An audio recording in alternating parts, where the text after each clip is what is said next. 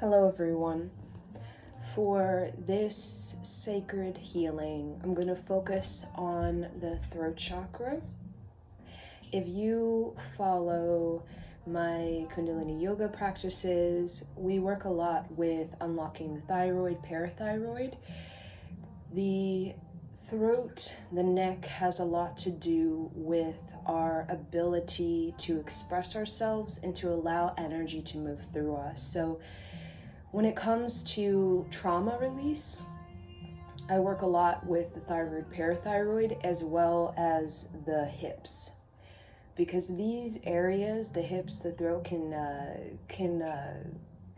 hold on to these traumas, these pains, these suppressed emotions. So, the hips and the throat have a lot to do with the releasing of emotion, the expressing of yourself, the movement. And movement is a sign of health, right? So a lot of times we think we're moving, or we're creating a movement within the body through walking, through exercise, but when we really tap into, let's say, the throat, or let's say the hips, there is this deep release of suppressed energy. So the throat chakra, when we have an ability to unlock these suppressed emotions, which we all have, it could be from past lives, it could be from childhood. Sometimes we're carrying it on behalf of other people, like our mom and our dad, grandpa, grandma, and so on. So when we begin to unlock this, the throat, the hips, especially for a woman, we experience a higher creativity. We experience a more liberated movement, right? A lot of us, when we're moving, let's say at an ecstatic dance, right, we're kind of rigid. We feel shame, we feel judgment, right? We're constantly over analyzing, we're constantly second guessing. Maybe I shouldn't move like this, maybe I shouldn't move like that, and we lose all the imagination, all the wonder, all the joy in this constant second guessing and doubting and thinking and trying to intellectualize some more, and we feel stagnant, right? Creative energy is like a waterfall, right? You don't just stop a waterfall, right? We can create dams and sort of block the river flow, right? But what does that do? It affects the ecosystem, in which the ecosystem is most likely not going to be as nourished as the water flow, when the water flow was apparent, right? So there could be species of insects or animals that no longer live in that habitat because you have stripped the river from it, right? So the river flow, the waterfall is a sign of clearing. It's a sign of healing, and it's also a sign of abundance, right? In our ancient times, when we were into agriculture, right? We still are, right? But when our society very much was all about agriculture, right, and the sort of building blocks of civilization, the river was seen as the great mother, the great blessing. Water in general, in many cultures, is revered, even preyed upon. Rain, river, ocean, the water sack in which a baby is inside, right? It's all a sign of blessing. It's a sign of miracle, right? To be able to have enough water to grow, your crops, right? That makes you quite rich when you can sort of control the water, right? If you have, let's say you have a nice river flowing through your land, that makes you very rich, right? Because all of that water can be used to create beautiful crops and have beautiful produce. So we're going to work with the sound, particularly the drum, the shamanistic drum, to unlock the throat and to allow the vibration of the hip and the throat to kind of align, because it's not just the throat as I'm expressing or I'm speaking, it's also the hips, right? So women, in the kind of rite of passage of womanhood, women are meant to have a voice. And that's the one thing in the patriarchal age that was dismantled from the League of Women, was the voice, right? Women didn't have a voice, and therefore, the movement of the hips, the movement of the body, sensuality became the only way to express them, express ourselves as women. Right? Even in sex was our only way, in not so distant time in the past, where that was our only way of getting through to a man, right? We were property of a man, so the only way that we could maybe protest was through sex, right? Because we didn't have a voice, because over many centuries, our voice was belittled and ridiculed and discredited, and we're all loco, and we sentimental institutions just because we're emotional, right? So, working with the throat, developing that voice is also about, manifestation is a language, right? There's so many sort of methodologies to manifestation, but all of them kind of use the voice. Either it's Abraham Hicks, either it's Tony Robbins, either it's, during Virtue, so many sort of manifestors, they're using their voice. They're using their voice. They know how to articulate themselves through, maybe through reading. A lot of them are probably readers, or they love listening to podcasts or audiobooks, and through that they learned how to articulate themselves. Right? Because, the voice is not only about standing up for yourself, it's also about setting boundaries, having discernment. It's also about, using your personal power, right? Having a voice is about, first there is your word, right? So there's a level of character, right? Because when you, say your word, there's a sense of, do I have the energy to actually do it? Right? So then there's a sense of dignity that is created in you, right? When we're not using our voice, it's like there is no real dignity, right? Because we're not really responsible or reliable or dependable in towards anything that we're doing. So voice is about a direction, it's about intention. And a lot of yogic practices is a lot about the voice. Mantra recitation is about fine-tuning the voice, because your voice, whatever you're speaking, you're directing, right? You're directing out into the universe in a manifestation. So everything, when we think of visualization, that is using your voice. That's projection, right? So when I'm closing my eyes, I may not use my vocal cords as I am right now, but I'm using a projection, right? Which is an intention. That's also a language, right? Movement, projection, that is a language. When we think of light language, light code, that's all a language. Morse code, that's very much language, right? In the way that it creates a direction, it creates an intention.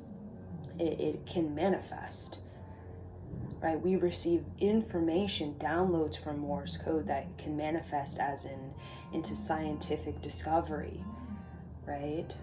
So, or any kind of discovery. So the voice is used to discover yourself. So the one thing in the patriarchal age that happened is there was mass oppression of the voice for particularly women, because we, in more ancient times, in the League of Women, or like to say a matriarchal culture, tribal culture of ourselves, women had a very strong voice, right? And in the Bhagavad Gita, and when we think of the ancient Vedic social structure, women very much, they had the voice, right? They had the voice and the directing of that voice. And that's where the power is, to articulate yourself, to know how to lead, your words, your thoughts, your feelings into a more constructive and corrective and creative, more rehabilitative of movement that will, brings about rebirth and resurrection and renaissance. So, a lot of us, the stagnation that we experience where we're caught in the past and, we're not moving on from the past, or, the we call blocks, third chakra can also do with like low self-esteem, low self-worth, right? When people have been belittled in childhood, they most likely they won't use their voice. But what happens is when you're not expressing yourself, what happens is you become very angry. And then when you do express yourself, it becomes quite volatile, quite destructive, right? Because, you're very dry, right? Think about land that hasn't had river for multiple seasons. That land is quite agitated, right? Because the land it needs to grow, right? It needs it wants to grow, right? But it can't, so it's dry in the sense of it's agitated by the lack of water, right, that has been taken away. So, people who, again, haven't really developed their voice, there's a lot of anger, there's a lot of frustration inside that can become very explosive. And that's why we work with mantra recitations, and that's why we work with movement, thyroid yoga, dance, like Hawaiian dance, working with the hips. All of that is about, developing your voice so that you can learn you can express the whole spectrum of emotion, from deep anger and hatred and deep love and happiness, and come from a neutral place, right? Where you're in the 0 point, where you're not destroying yourself because of what you're saying, right? So there's awareness, you have a level of awareness, but we want to focus more on the building yourself up, the positive spectrum, right? But many times, we can speak about, this polarity planet, which is not just light and love, right? There's also, a negativity to it.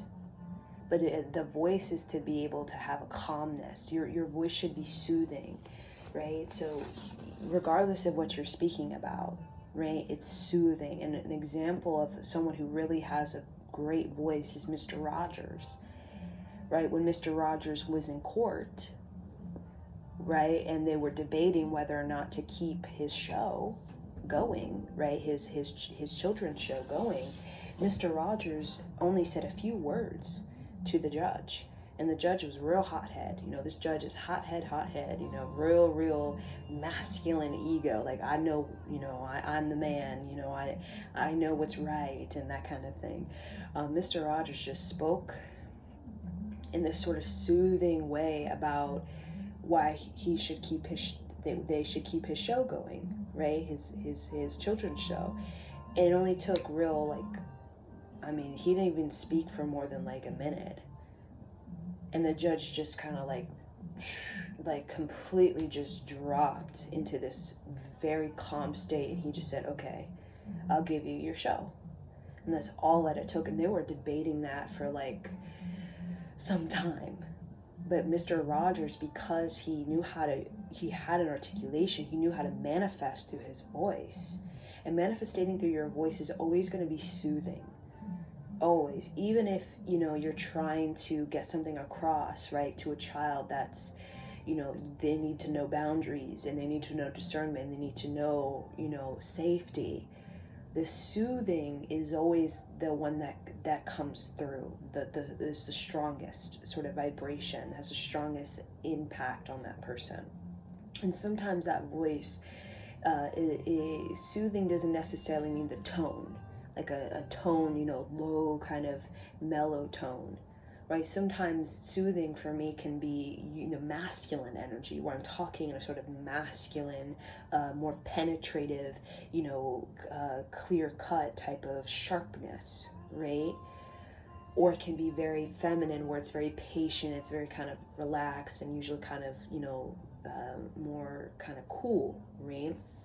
But still, there's a way to kind of bring about this rehabilitation, right? We're not belittling, we're not ridiculing, we're rehabilitating, we're redirecting, we're rewriting, way, right? We're potentiating somebody in a positive way, right?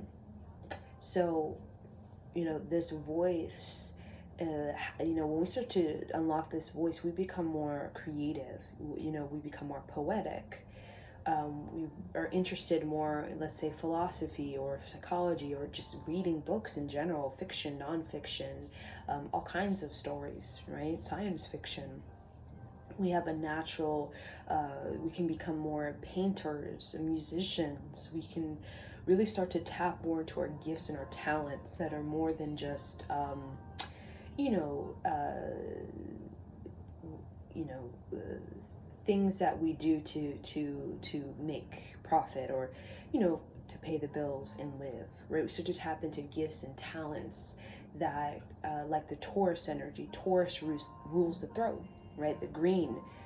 Taurus has the green energy that is the ruler of the throat. So that has to do with, Taurus is about manifesting through my own will, right? So the voice, like Tony Robbins, like Abraham Hicks, they all have that kind of strong Taurus vibration, which is about, I manifest through my will. And the will can be seen as, like Tony Robbins, it can be seen as redirecting. Like, he knows how to redirect sort of relationship that's friction, that's about to destroy, into friction that's about to resurrect, reform, reshape, rebirth, right? So, sound creates a movement in the psyche, and we know that from our music.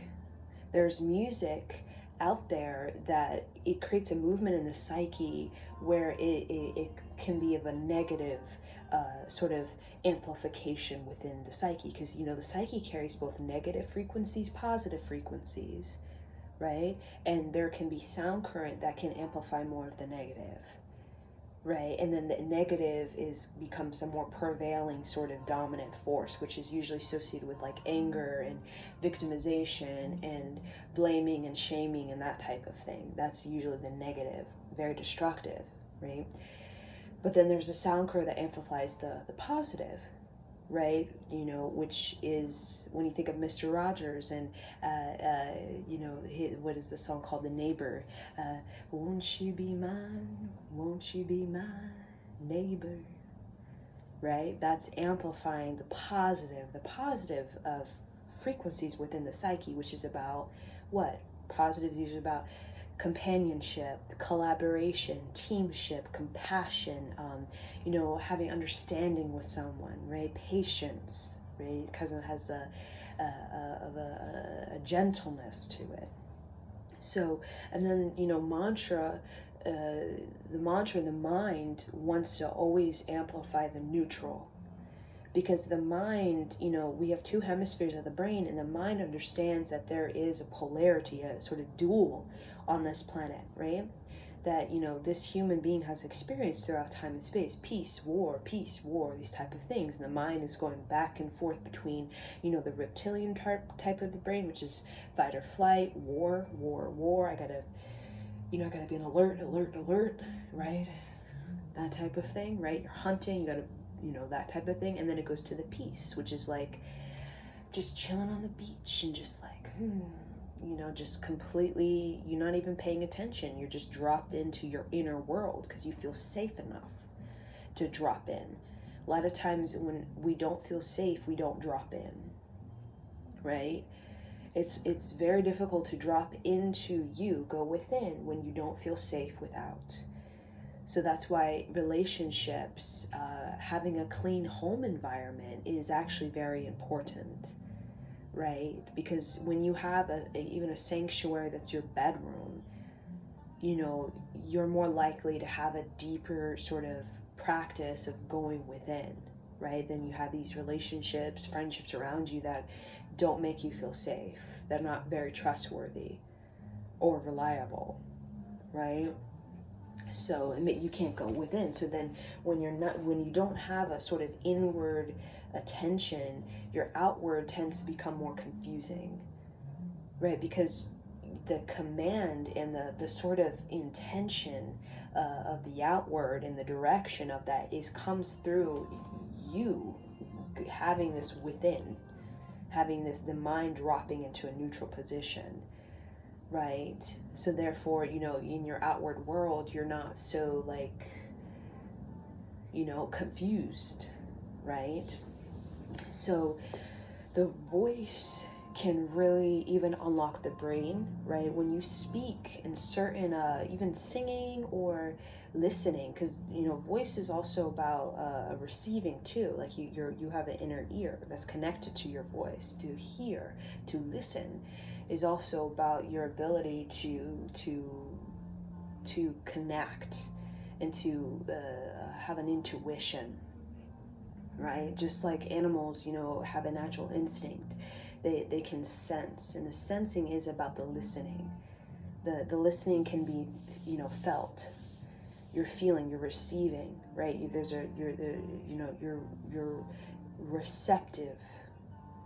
Receiving, you can smell, you can see, you can actually hear, you can even taste, as little goats have their tongues out and they're tasting the air to taste the females who are in heat, right?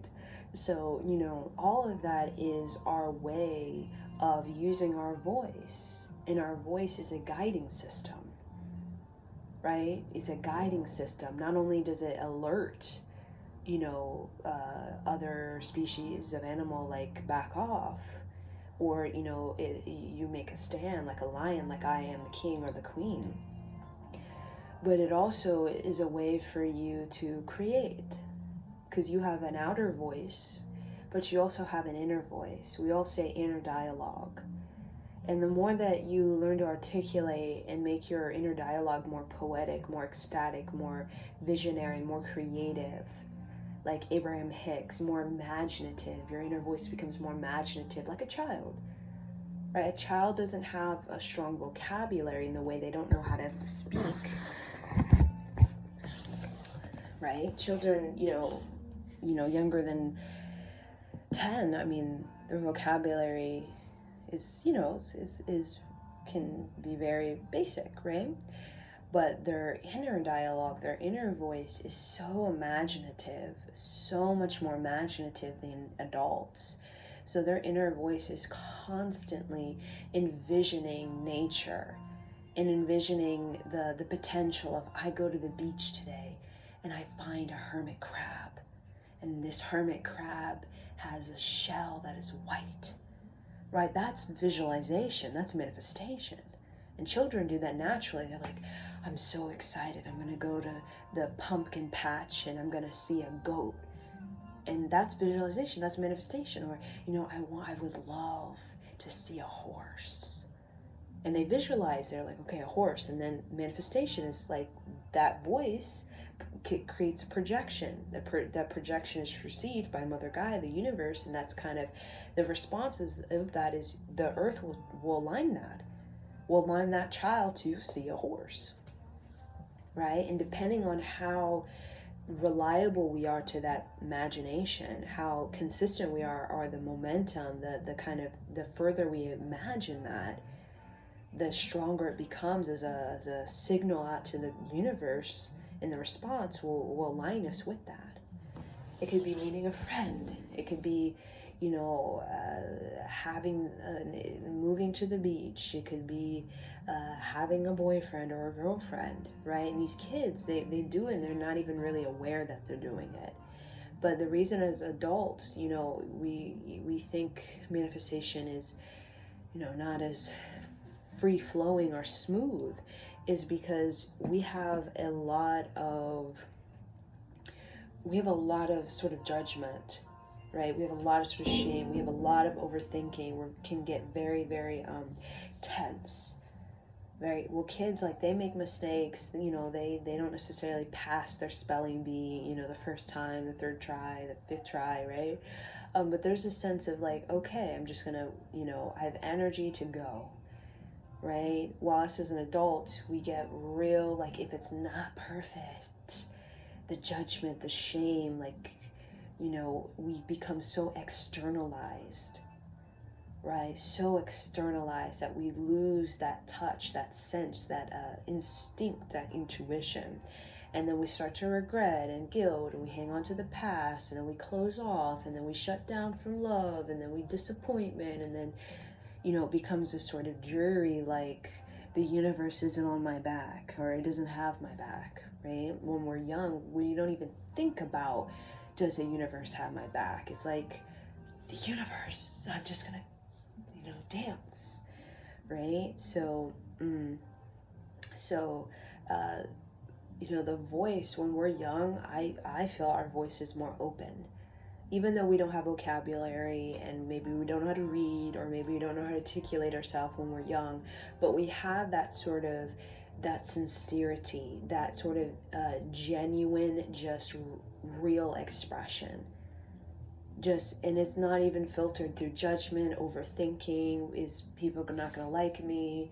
That comes until teen years, preteen, teen years. Before that, it's just like, I painted a picture, and it's just like, you love it, even though it's just like a stick figure, right?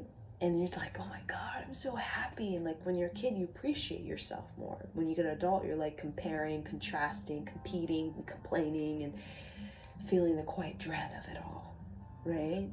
And when we are adults, we take our responsibilities and obligations so seriously, because in the American dream, we tend to accumulate a lot more than what we need. We tend to have friends just to, fill in time, because we're bored and we just want someone to hang with, right? We tend to have this extra stuff, right, that we really don't need. And then we think we need it, so then we feel obligated to it, and then we feel bound to it, and then, I gotta responsible for this because I created that, and I didn't really want it, but I just wasn't really paying attention, wasn't really listening to myself, and then I feel the regret of that, right? So, the more that we work with our voice, like Tony Robbins, Abraham Hicks, the more that, we can become intentional, so we're not in this mistakes. We're not in this wrong time, wrong place, right?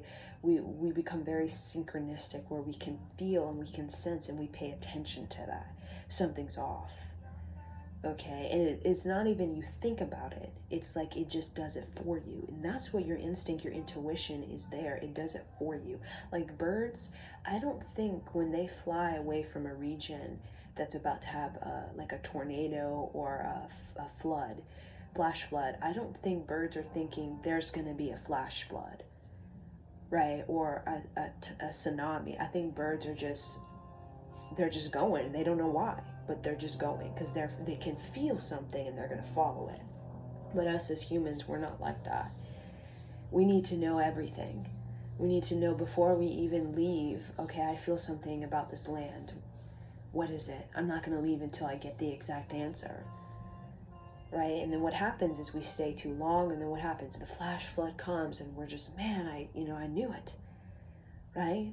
We are just as instinctual as the birds and the bees and the deer and the bears, right? It's just we deny it, we ignore it, because we're so externalized. Again, we have all this extra stuff, all these extra friends that we don't really need, because it's not, like, for example, with Native Americans, we're mostly like, we weren't settlers. We would move, right? We would move.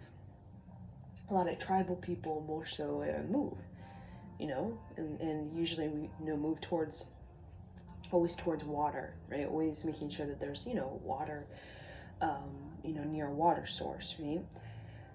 And, the movement, the tribal movement made us a lot more tapped in than just, in the sort of baby boomer generation, where a lot of them stayed in the same house for like 50 years, right? Or 40 years or 30 years, right? You get a desensitization because it becomes mediocre. It becomes so repetitive where you don't even have to listen to your intuition. When we were tribal and kind of wandering, we'll say, you had to be instinctual. You had to pay attention. You had to move at the right season. You had to you had to trust where you're going. You had to know about, am I going north? Am I going south? Am I going west? Am I going east? Right? So you had to know about the sun. You had to know about the moon. You had to pay attention to the land. right? What am I the mountain? What's in the mountain? Oh, there's bears, right? What's in the rolling hills? What's in the flatlands?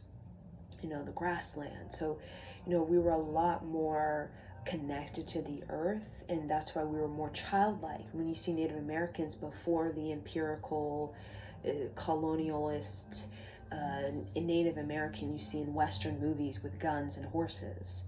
Before that, there was a sort of innocence that even the chief, the wise man, the real chief of them, had this innocence. Before, this Western, white man versus brown man type of redskin man, right? That completely destroyed the Native American real dignity and sense of worth, right? In this constant competing and constant sort of battling, right? So I'm gonna play some drum to unlock the voice. I'm gonna play some sound, right? And again, like a child, sound comes through naturally. They'll sing, they'll make sounds, animal sounds, like in Native Americans, and they're not gonna think, oh, this is weird, or I'm not gonna have any friends. They don't think that until they get programmed that doing that makes you weird, doing that you're not gonna have any friends, nobody's gonna like you. And what happens is we don't do the things that are natural for us, like gifts. We don't paint, we don't read these type of books, because we're told you shouldn't be reading like you're a girl, you shouldn't be reading like Steve Hawking books, right? Because you're a girl, you should be reading books on ponies. So we don't do these type of things, and what happens is we start to shut down, close off, and our throat becomes very tense. And vast majority have some sort of like thyroid disorder, men and women, more for women than men, but there's a thyroid epidemic.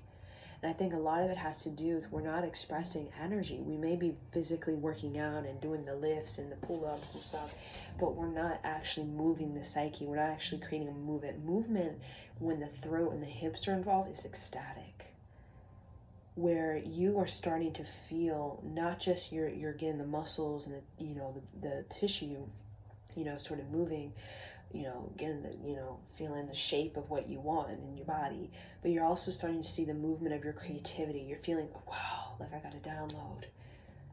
I was just doing this exercise and I got this whole vision of something, or I was just sort of dancing in the pool, right? And I was just got this whoa, like this higher sense of creativity. I feel more empowered. I feel more electrified. I feel more connected to my potential. Movement, when you are truly in this movement and using your voice with it, you're going to feel like you're going to have affirmation, you're going to have visualization, you're going to have this impact in this direction, this sort of projection, where you're going to feel that your energy is going to become calibrated more by positive, and the negative is going to kind of neutralize, zero out, to the point where you're going to feel more adventurous. You're going to feel more sense of connected to the universe, therefore more supported. You're going to feel less doubtful. You're going to feel more that, I am a part of this universe, creation, God, and I can actually create through my own intelligence, through my own feeling, my own vibration, right? And it becomes quite sensational. So, sensational isn't just, I got the six-pack abs. Sensational is also about when you are, again, you align. Like Abraham Hicks, Tony Robbins, when you align, like let's say your relationship is on the rocks, and when you align because of that voice that you choose to redirect and rewrite whatever negative amplification that's prevailing, and you redirect and you align that relationship for a moment with this ecstatic movement of growth, where you both feel nourished, and all of that dryness gets watered, and the soil gets tossed and it becomes more moist and wet, and therefore it can be seed. And when you have that moment where you seed each other, you're like, wow, I just seeded this man or this woman who's my husband or my partner or my child with this this understanding where I've discovered something about themselves. It's very different from me, and you feel this sense of, wow, when we discover each other, because we're not really taught to discover each other as human beings. We're taught to discover how to get a job, or how to get fit, how to discover how to get a, fill out a college application, but we're not really taught how to discover ourselves or how to discover each other. And that's why philosophy, came about, and spirituality came about in the earlier foundations of organized religion. It was a way for us to discover ourselves in the person. And as a tool, as a sort of modality, and aligning with more rehabilitative support, growth. Rehabilitation is growth. Destruction just for the sake of misunderstanding or misappropriation, or taking it seriously or taking it personally and just going on this sort of frustration rampage, that doesn't bring growth. It just makes you dry, makes you closed off, makes you tense, right? So the more watered we are, just like with women, we talk about being wet, even, is a sign of fertility. It's a sign of she's relaxed. And all men know in intercourse with a woman, when that happens, when she's wet, it means that she's relaxed, she feels comfortable. When she's dry, it means that she doesn't trust him, that she's not really comfortable, that she's not really either tapped into her body, or she's kind of desensitized, or she just doesn't really feel it with him, right? She doesn't really she's holding back, or she's just not into it, right? And you can't force something to be wet. You can't force a river that's dried up to just all of a sudden rain comes and there's a river, right? That the moisture that we have is something that we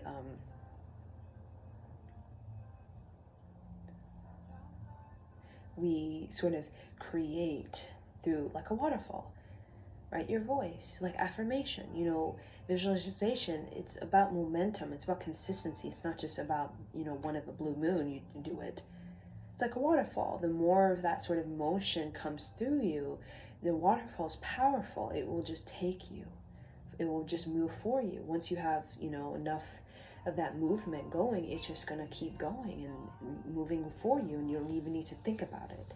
That's the thing with kids. They don't even need to think about being positive, because they already have it inherited them because of their age and their vitality, because they have such high vitality that positivity just happens naturally, because they have a high vitality, they have more sovereignty of mind, they have more of a creative mind and a more emotional sort of caliber than adults.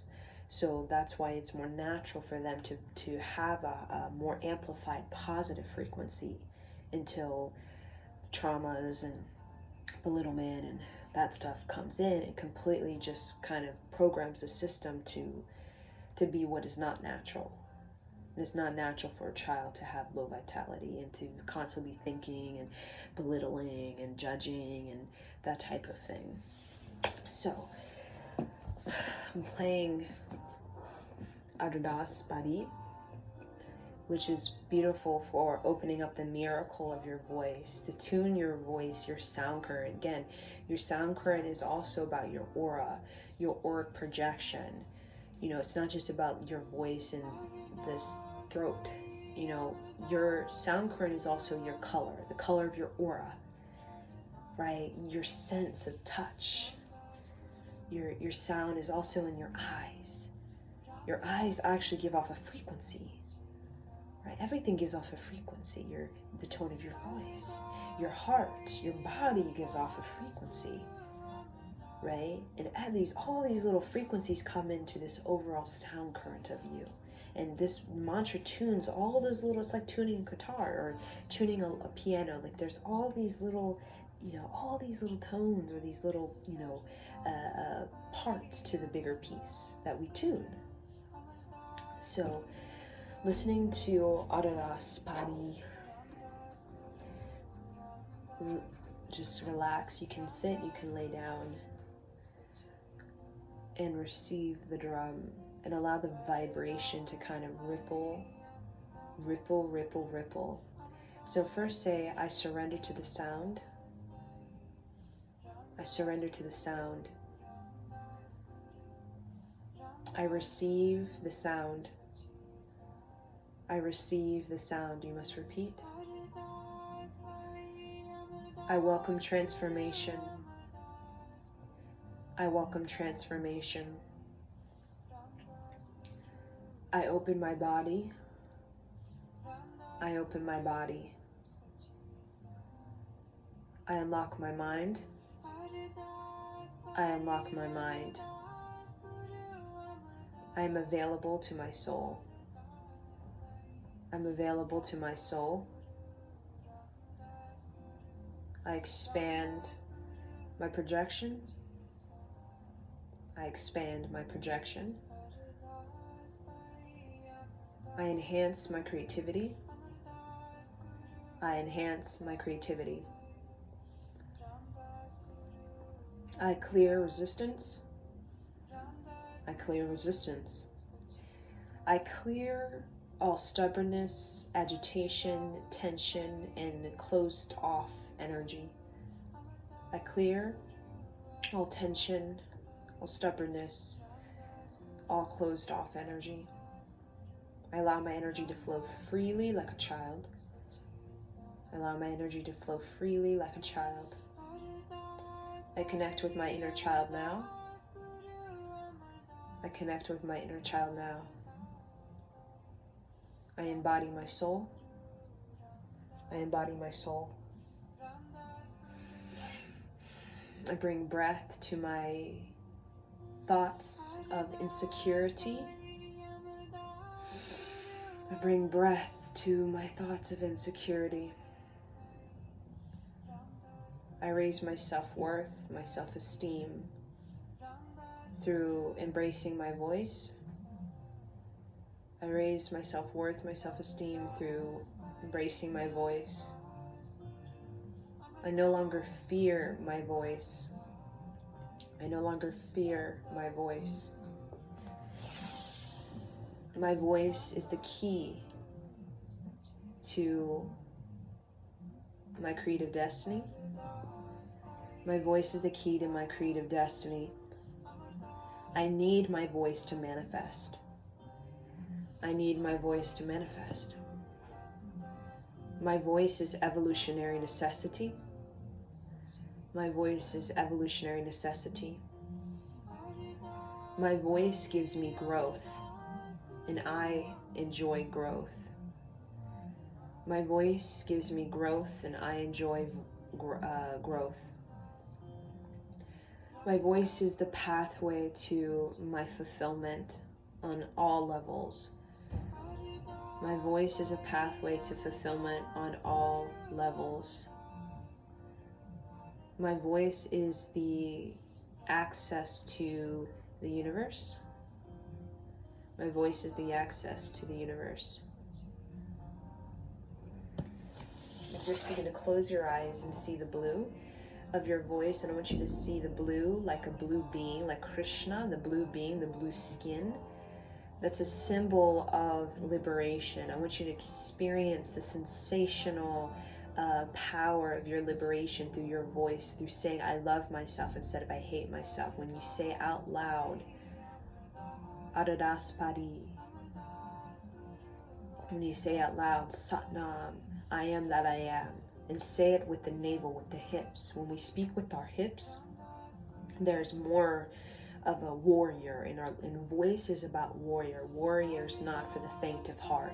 A warrior, the voice needs the heart. Without heart, the voice is shallow. The voice it doesn't go anywhere. It doesn't do anything. It doesn't have any effect or impact. When the voice has heart, the voice has a warriorship. It has a sort of I am that I am, a sort of manifestation. It helps people to manifest. When the voice has the hips, the navel, the voice has a prosperity frequency. It has an abundant frequency, a birth. I'm giving birth, a sort of high visionary quality of sort of this renaissance. Your hips is the renaissance. Dance is the renaissance. your heart, that is the therapy, the philosophy. So when you're speaking from your heart, or the voice from the heart, from the navel, you're speaking from the Renaissance. You're bringing a Renaissance. You're bringing a therapy and philosophy to people's lives, helping them to build themselves up into a more inspired state. When we're not using these areas in our voice, there's a lack of inspiration. There's a mediocrity. There's a sense of holding back, hold within, sort of feeling constipated, feeling frustrated. Okay? So close your eyes.